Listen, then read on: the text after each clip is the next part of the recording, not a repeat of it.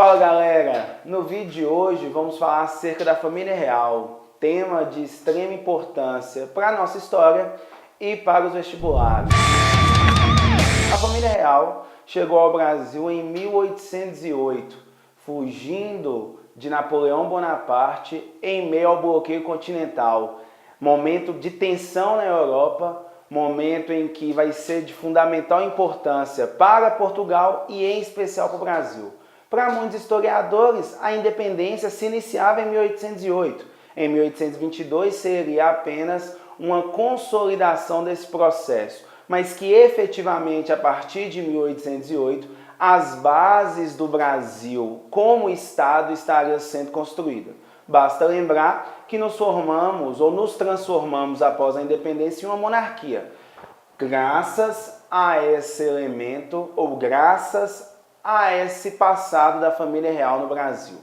A primeira consequência da chegada da família real será o fim do Pacto Colonial. Lembrando que o Pacto Colonial é o monopólio comercial entre a metrópole e a colônia, no caso, o exclusivo comercial de Portugal com o Brasil.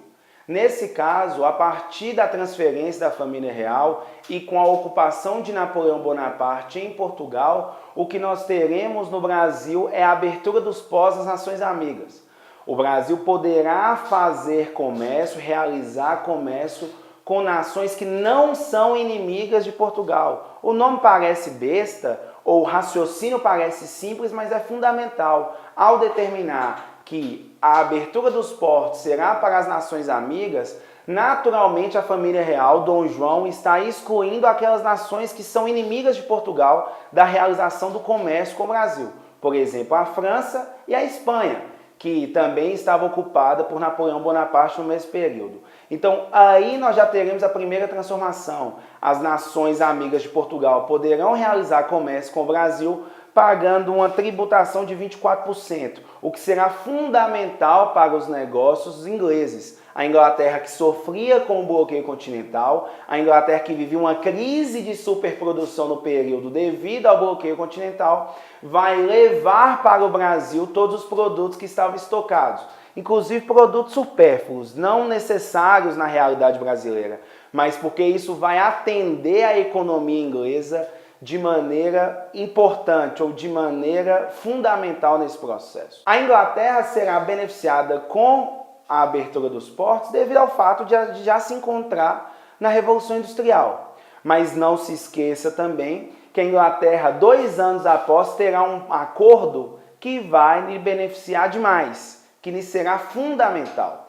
Nós teremos os tratados de 1810, acordos celebrados diretamente entre a família real que se localizava no Brasil com a Inglaterra. A Inglaterra terá tarifas favoráveis de 15%, enquanto as outras nações pagavam 24%.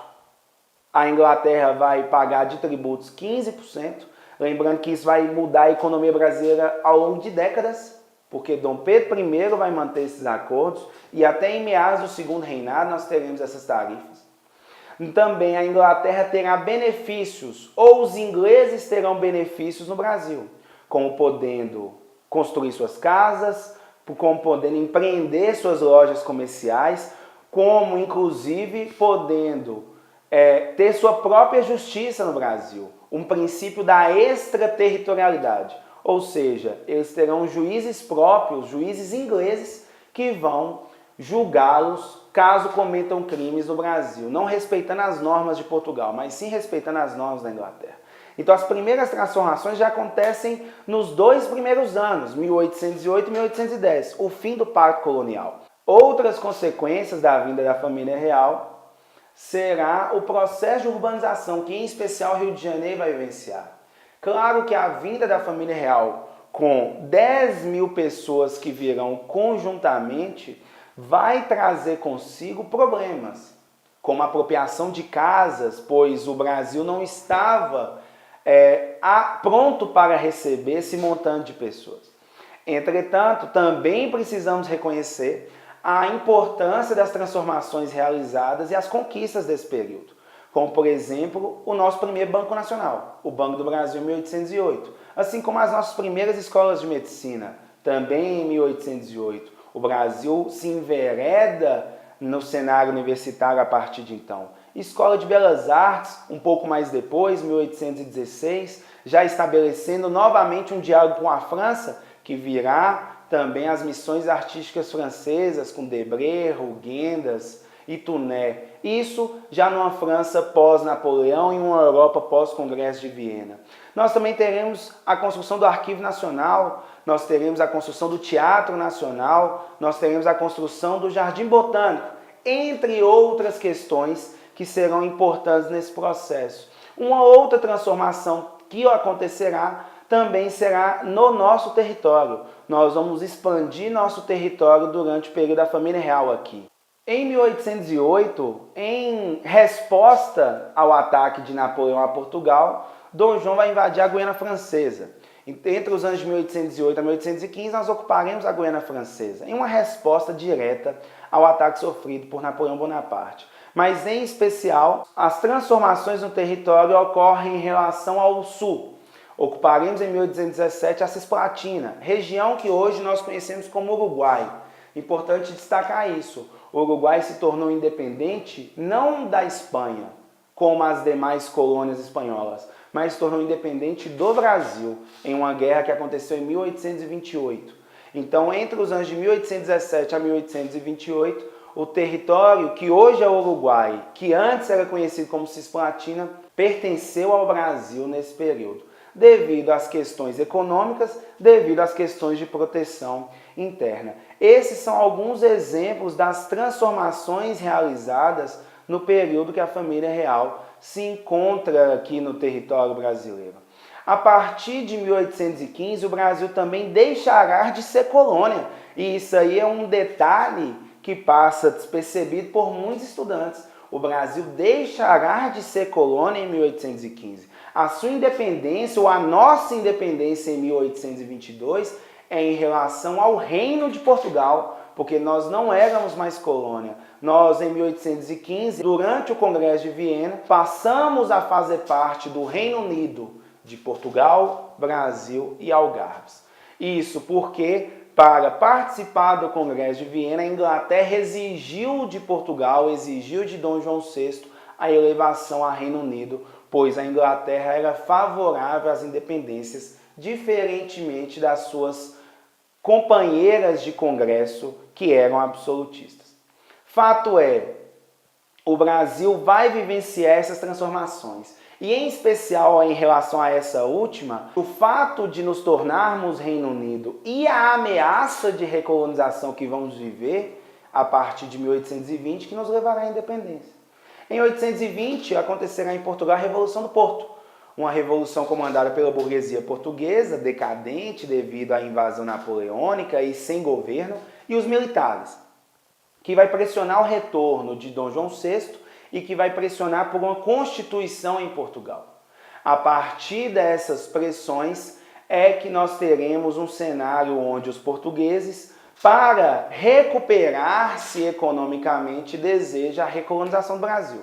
Deseja afastar do Brasil todos aqueles avanços que haviam ocorrido durante a presença da família real aqui. Pressionado, Dom João VI vai retornar em 1821, deixando Dom Pedro para ser o príncipe regente do Brasil.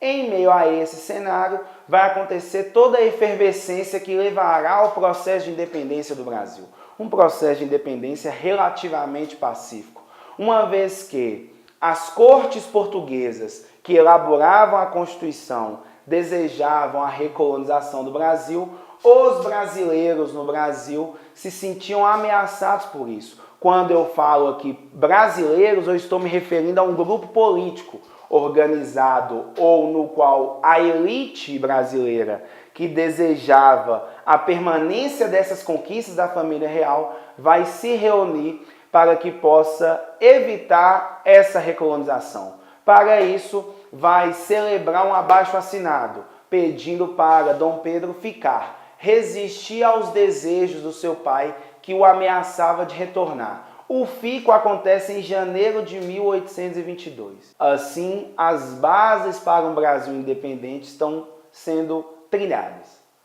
Em setembro, nós teremos um novo documento em que pede o retorno de Dom Pedro, até mesmo com ameaças militares. Dom Pedro, dessa vez, que se encontrava em São Paulo, se reunindo com grupos montados por portugueses e até mesmo visitando a sua amante, Dom Pedro, que se encontrava às margens do rio Ipiranga, vai ter acesso a esse documento, que será encaminhado por sua esposa, Dona Maria Leopoldina e José de Bonifácio, e às margens do rio Ipiranga vai declarar a independência. Todo o simbolismo da independência são alegorias, são símbolos para exaltar esse ato. Nossa independência foi simples, mas nós não podemos desvalorizar a importância da família real no Brasil e as bases construídas para o nosso país. É isso aí, galera. Fique por dentro da história, fique por dentro de todos os vídeos. Inscreva-se no canal, comente, dê o like e te vejo no próximo vídeo, hein? Valeu!